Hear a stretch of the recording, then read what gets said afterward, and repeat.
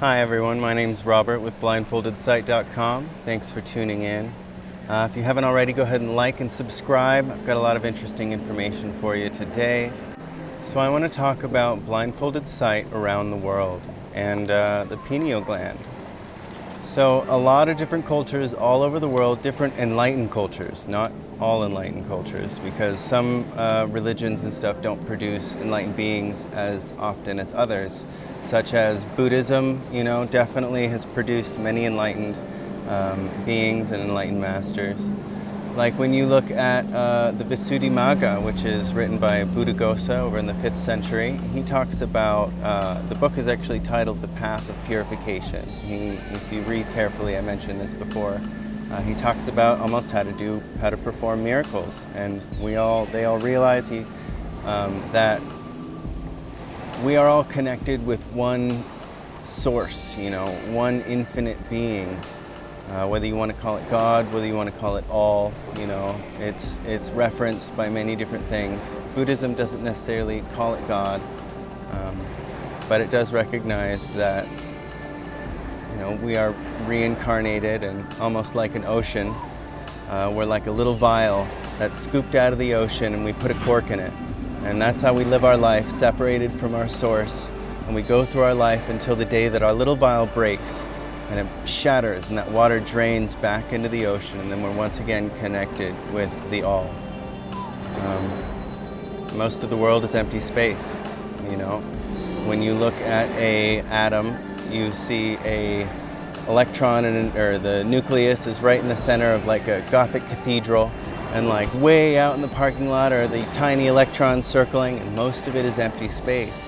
A lot of people say that is where consciousness lies, and a lot more, other dimensions and stuff. But that's something, there's so many perspectives, it's hard to pinpoint it down. But I think that we are all connected and we are all one.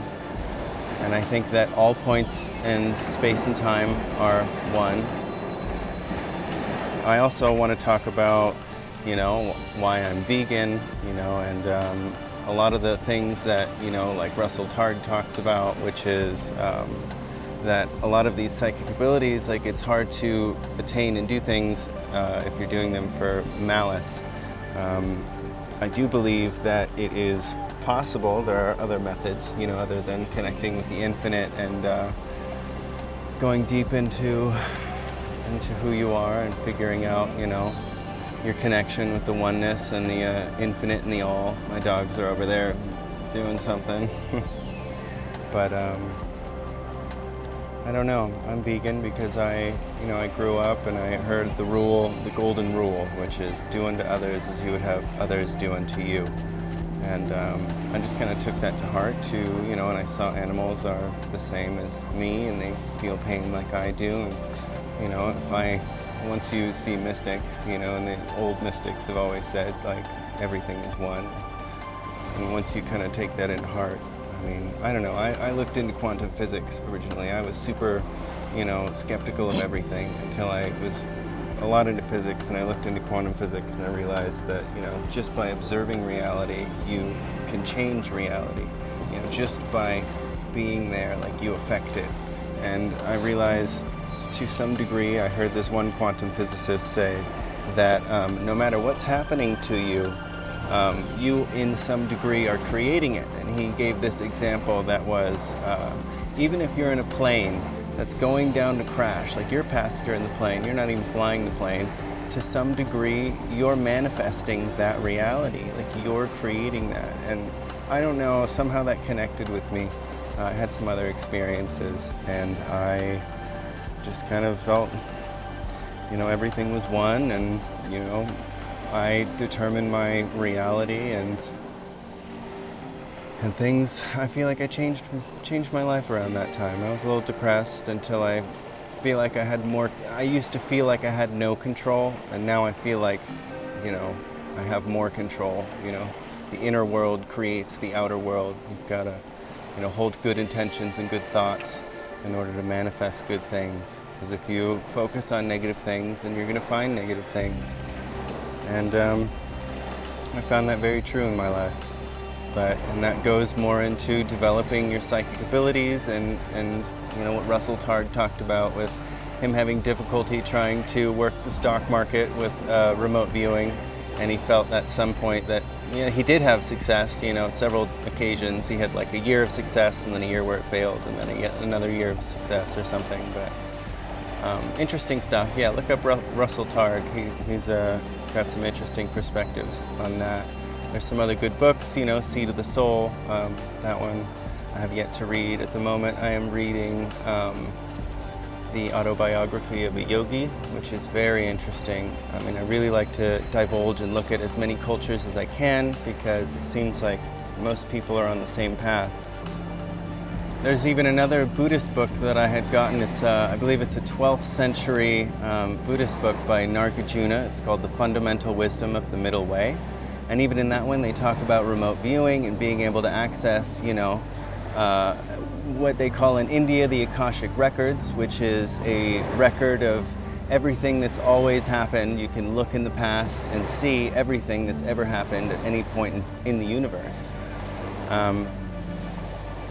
So everything you do is recorded.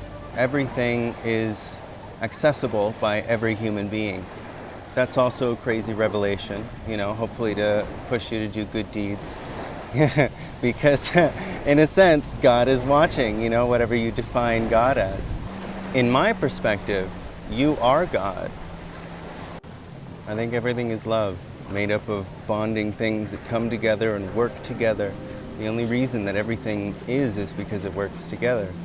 And I believe that the universe, was nothing until it looked in on itself for long enough and it had thought and it realized, it wanted to see itself and it was able to communicate, and thinking long enough it almost created multiple personalities and all this other stuff developed, and it's just an ever-evolving, ever-living, ever-changing thing that we are a part of and we are one with. And because of remote viewing, the reason we can see any place in the world at any point in time lets us know that everything is one. That we are all connected. Everything is connected. If I can look and hear and see and smell, you can even taste. Like, it's not just remote viewing you can do, you can remote hear. That's another crazy revelation. So this existence is a non-dual one. Non-duality. We're not separated from everything. We are one with everything.